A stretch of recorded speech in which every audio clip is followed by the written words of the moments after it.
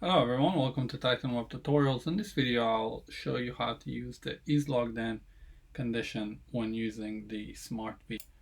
Okay, so we've set up SmartV. You can watch previous videos on how to do that. So that's located on user access. We have everything set up.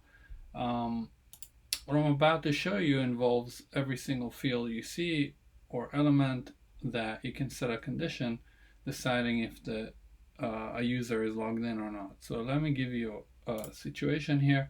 So this is right now our publish portal, and once, let's say, we click on product catalog, the user is redirected to this page where he can see the products. And obviously we have the sign in where the user can sign in, etc. And we have, for example, customer services is not exposed, and so on and so forth. If you remember, with every single page we can decide if it's visible to non-logged in user. For example, customer service is inherent from project, which means that the access is restricted by SmartV. If I will do it public, everyone can do it. So that condition will help you through some pages that you want to show, or any logic you want to run when the user can view the page but is not logged in, and you want to do something about that whenever a user does something.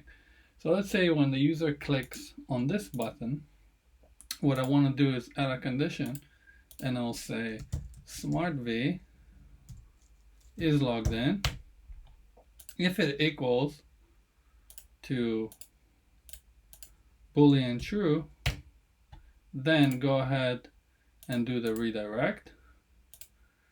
If not, and we will say SmartV is logged in equals Boolean false, then go ahead and we can do something like show message or toast. And I'm just going to do a very simple one, and we'll say please log in, please sign in order to click this button. And we can do a lot of more fun stuff. You can go to the actions and like effect element, anything you can do with conditions. We just added that condition for you so you can control when the user is logged in or not. So if we will preview this, so I'll save this and we'll go back over here, and let's go to home, and we will refresh, and I'll click on the product catalog, and we get this, please sign in order to click this button. Perfect. So let's sign in, and we can even redirect the user to the sign in page, etc. You can play with it however you like. So let's grab a user.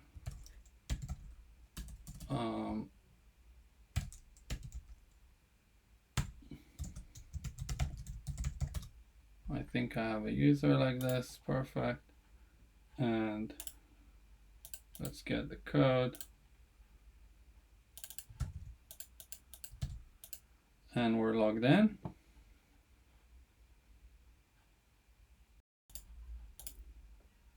Perfect. And now if we click the product catalog, it will redirect us to the page. So this is just a simple example, very silly example of how to use this condition, and you can apply it to anything. You can go to any field and decide this one is unavailable, or this button is not clickable to save unless the user is logged in. So basically you want to use it when your pages are exposed to the public, but you want to have certain actions on that page telling the user, okay, for this action you got to go and sign in. And this is how it's done.